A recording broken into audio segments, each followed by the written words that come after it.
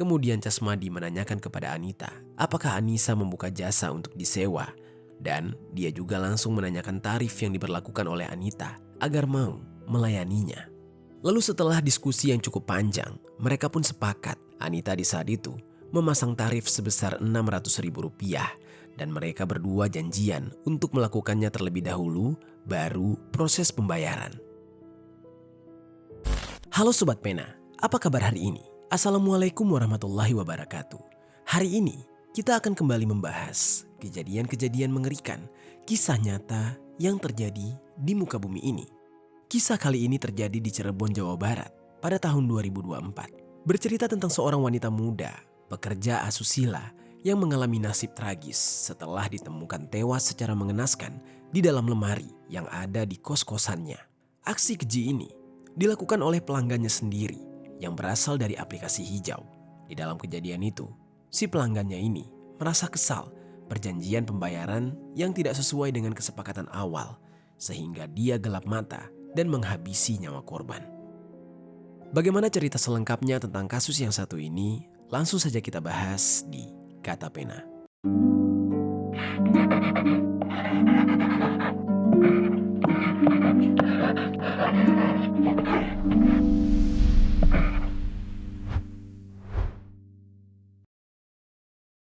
Saudara, penangkapan terduga perempuan di kamar indekos di Cirebon, Jawa Barat sempat menarik perhatian banyak warga.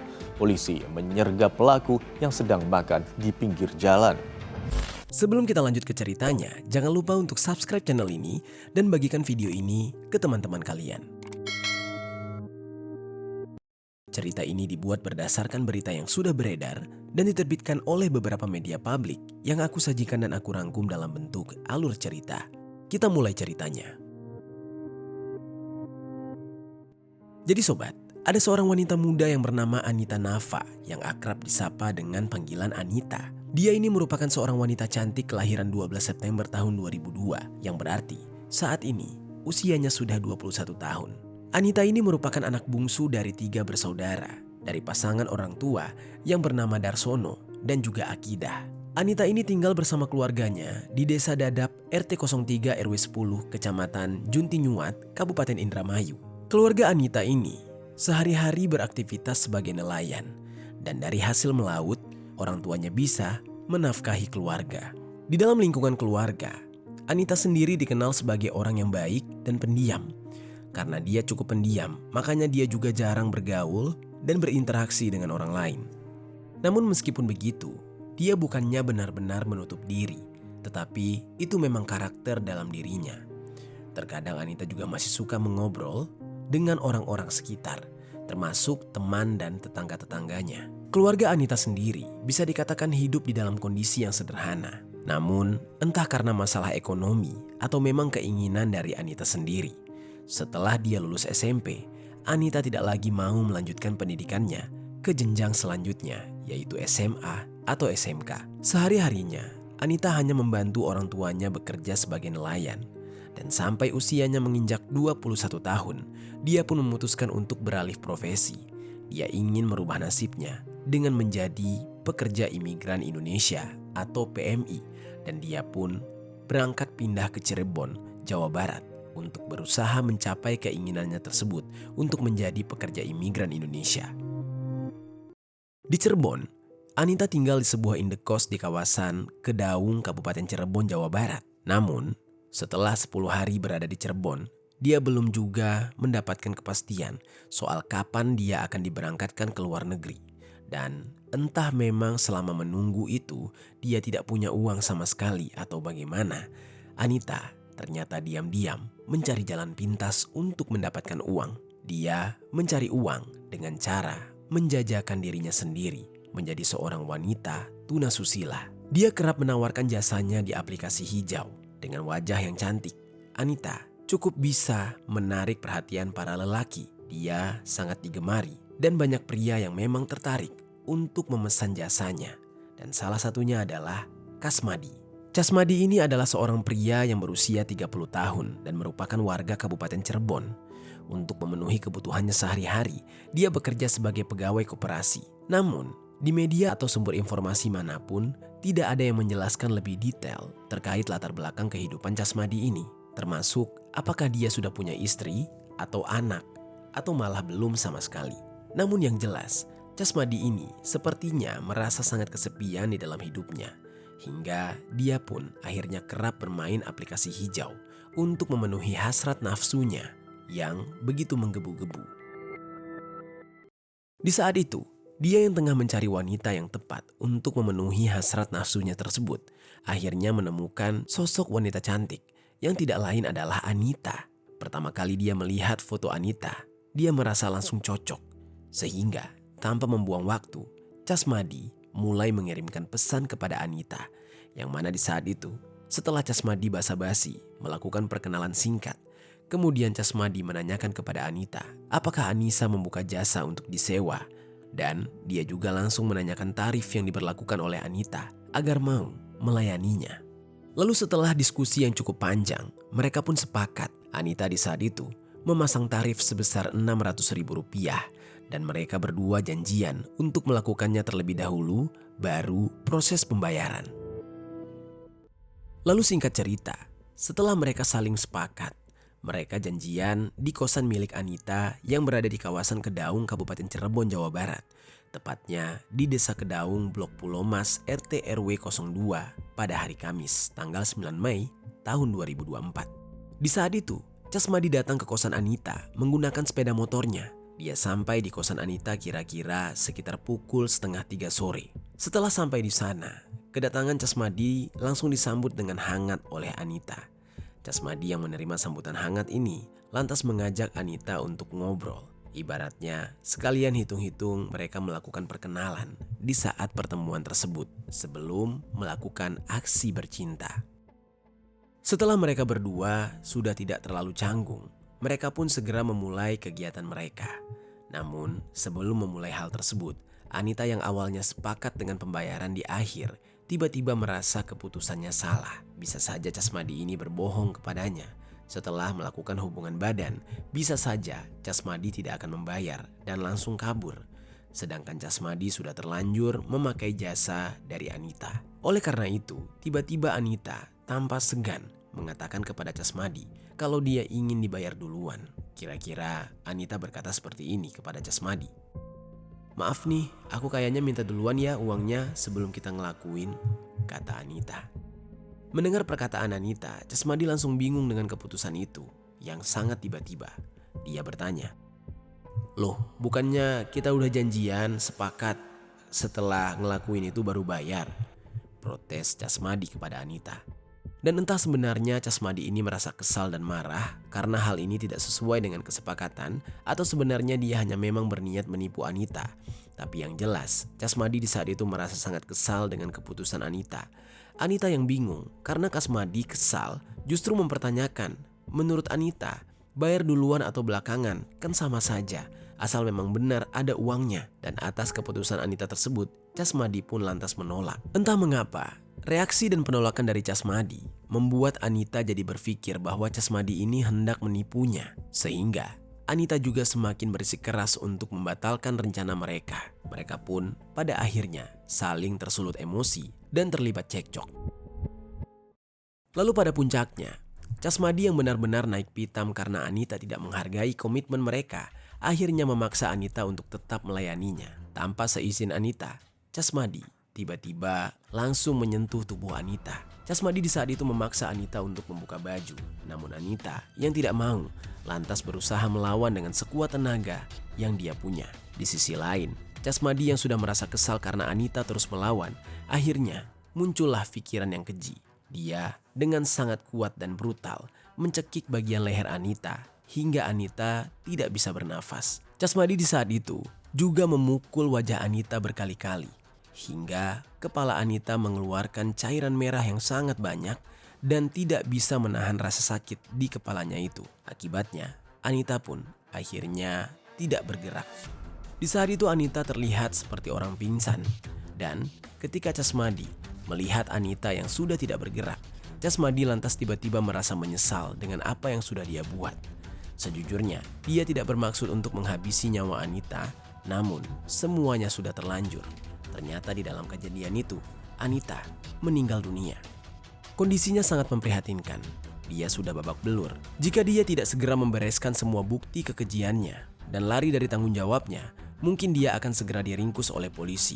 Oleh karena itu, Casmadi yang panik pun bingung mencari cara untuk menyembunyikan bukti-bukti kejadiannya.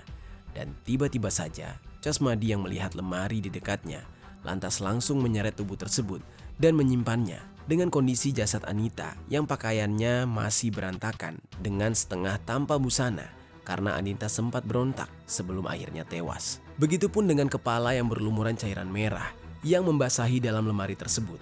Berharap tidak ada yang menyadari bahwa Anita yang hilang ternyata berada di dalam lemari, Casmadi juga sempat membersihkan sisa-sisa bekas kekejiannya. Dan agar tidak ada yang menyadari hal ini, karena sudah kepalang panik, Casmadi langsung menutup pintu kos Anita dan pergi untuk melarikan diri. Sebelum melarikan diri, dia sempat mengambil handphone dan sejumlah uang dari kos Anita dan berniat ingin melarikan diri ke daerah Karangsembung, Cirebon.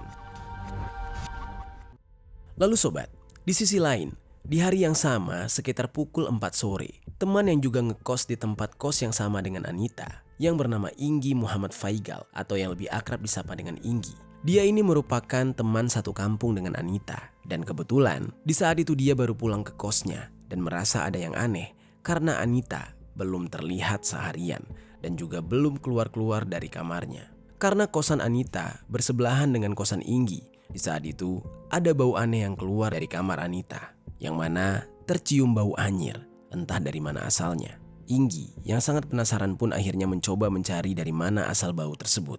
Dan ketika dia melihat lemari di kosannya, entah mengapa dia merasa sangat curiga, sehingga dia pun memberanikan diri untuk memeriksa. Saat di dekat lemari, bau anyirnya terasa lebih kuat. Dan dengan mengumpulkan keberanian, Inggi mencoba membuka lemari tersebut dan terlihatlah jasad seorang wanita yang bernama Anita dalam kondisi setengah tanpa busana dengan kepala yang sudah berlumuran cairan merah, termasuk hidung, mulut, dan seketika dia seperti orang panik dan merasa sangat ketakutan. Dia juga bingung harus berbuat apa, yang akhirnya dia memutuskan untuk menghubungi adiknya yang juga merupakan teman dari Anita, yaitu Anik Cahaya Lutfiari atau yang akrab disapa dengan panggilan Anik. Lalu Inggi yang di saat itu merasa sangat panik. Dia meminta Anik untuk segera datang ke kosannya. Kira-kira Inggi yang panik berkata seperti ini, "Heh, kamu kesini dulu ya ke kosan Kedaung. Ada yang terjadi nih sama Anita," kata Inggi sambil keringat dingin dan gemetar. Mendengar perkataan dari kakaknya, Anik lantas bertanya-tanya apa yang sebenarnya terjadi. Namun kakaknya tersebut hanya meminta Anik segera datang saja karena sang kakak juga bingung. Anik yang mendengar kakaknya mengatakan soal Anita lantas pergi ke Cirebon bersama temannya Tri Apriani. Setelah menempuh jarak yang cukup jauh, ternyata Anik dan Tri pun sampai di kosan Kedaung. Di saat itu, Anik dan Tri melihat wajah Inggi yang pucat karena ketakutan. Lalu tidak mau berlama-lama menyimpan rasa ketakutannya sendiri. Akhirnya Inggi pun membawa Anik dan Tri melihat apa isi lemari di kosan tersebut. Dan di saat itu mereka benar-benar syok. Mereka tidak menyangka yang mereka lihat adalah teman mereka sendiri yang ternyata sudah dihabisi, dieksekusi, tewas secara mengenaskan. Ketika mereka melihat jasad tersebut adalah jasad Anita, mereka pun lantas berteriak dan langsung melaporkannya ke Polres Cirebon Kota. Pihak kepolisian yang mendapatkan laporan atas kejadian tersebut segera datang dan melakukan olah TKP. Di saat itu, pihak kepolisian tiba sekitar pukul 17.00 sore dan ribut-ribut di kos Anita pun lantas mengundang para tetangga untuk datang dan menyaksikan apa yang sebenarnya terjadi. Warga yang menyaksikan juga kerap merekam dan memotret kejadian tersebut. Dan kemudian kejadian ini menjadi viral di sosial media, termasuk juga di Facebook. Polisi juga masih melakukan olah TKP dan kemudian sempat mengevakuasi jasad Anita. Jasad Anita di saat itu dibawa ke Rumah Sakit Bayangkara Losarang untuk dilakukan otopsi. Dari hasil otopsi diketahui bahwa penyebab meninggalnya Anita itu akibat luka di leher dan penyumbatan saluran pernapasan, sehingga dia meninggal karena lemas dan kehabisan nafas. Polisi juga mengumpulkan sejumlah barang bukti dari kos Anita berupa satu bantal berwarna putih, sprei berwarna biru, dan sebuah kunci kos dan gayung yang berwarna merah muda. Di sisi lain, Darsono dan Akidah, kedua orang tua Anita, di saat itu baru mengetahui kabar tentang putrinya justru melalui Facebook saat ada kabar tewasnya Anita ramai dibicarakan di Facebook. Lalu mereka di saat itu penasaran, mereka menanyakan kabar Anita dari teman kosnya. Dan tidak lama setelah itu, mereka berteriak histeris setelah mengetahui bahwa anak mereka sudah meninggal dunia dalam kondisi tewas dan saat ini sedang viral beritanya. Dan tidak lama setelahnya, polisi dari Polsek Jatinyuat datang ke kediaman mereka dan mereka memperlihatkan KTP Anita. Melihat kondisi tersebut, lantas orang tuanya langsung pingsan. Mereka tidak terima bahwa putrinya tewas dan dengan cara yang mengenaskan. Sebenarnya mereka sudah memiliki firasat yang buruk terhadap Anita, di mana 3 hari sebelum Anita meninggal atas kejadian ini, mereka bermimpi dihampiri oleh Anita. Namun di dalam mimpi tersebut, Anita hanya datang saja dan tidak bicara sepatah kata pun. Sejak saat itu, sebenarnya pihak keluarga menjadi khawatir dengan Anita. Dan benar saja, seperti mimpi buruk, mereka harus mendengar kabar putri mereka yang sudah tewas. Kepada pihak kepolisian, pihak keluarga meminta untuk segera mencari pelaku atas kekejian ini. Mereka juga menginginkan pelaku dihukum seberat-beratnya. Lalu setelah proses pemeriksaan terhadap jasad Anita, jasadnya pun dikembalikan kepada pihak keluarga terlebih dahulu untuk dimakamkan secara layak di tempat pemakaman umum setempat di Desa Dadap Baru, Kecamatan Jatinyuat, Kabupaten Indramayu pada Jumat pagi 10 Mei 2024. Lalu sementara itu, dari rangkaian pemeriksaan termasuk keterangan polisi, bukti CCTV, dan hasil identifikasi dari jasad Anita, itu polisi sudah berhasil mengantongi nama pelaku, yaitu Casmadi. Setelah polisi mengetahui identitas dari pelaku ini, pihak kepolisian langsung saja melakukan pengejaran terhadap Casmadi. Di saat itu, Casmadi yang merasa panik melarikan diri ke daerah Karangsembung, Cirebon Timur. Sebenarnya Casnadi menduga dia pasti sedang dicari-cari, namun di saat itu dia berusaha untuk tetap tenang agar tidak dicurigai. Dan pernah suatu hari, Casmadi yang sedang makan di angkringan di kawasan Karangsembung, Cirebon, Jawa Barat pada Jumat 10 Mei 2024 dikejutkan dengan kedatangan polisi. Di saat itu, polisi langsung mengamankan Casmadi.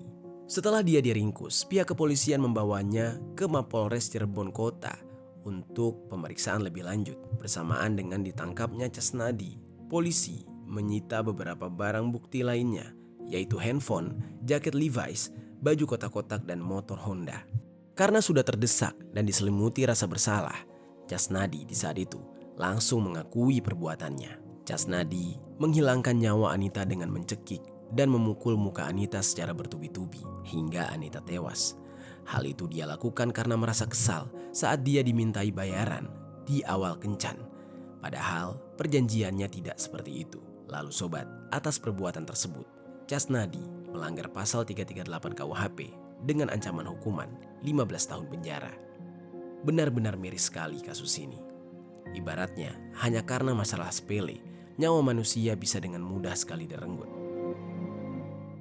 Itu dia sobat, kisah dari Anita yang dieksekusi oleh pelanggan aplikasi hijaunya sendiri dengan cara yang sangat keji. Apa pelajaran yang bisa kita ambil dari kisah ini?